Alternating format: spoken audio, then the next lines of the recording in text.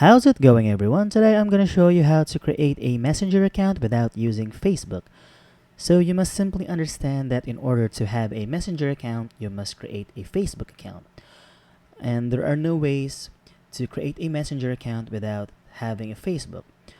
But I'm going to show you how to have a Messenger account without having a Facebook.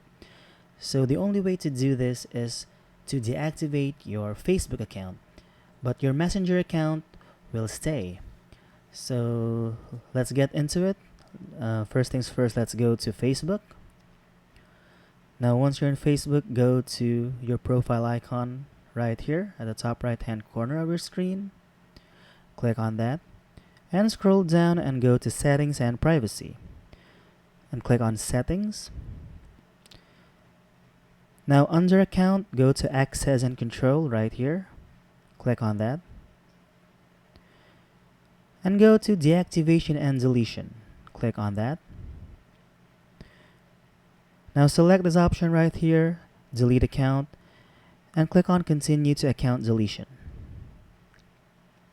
So just read on this real quick, and if you're done, just click on Continue to Account Deletion.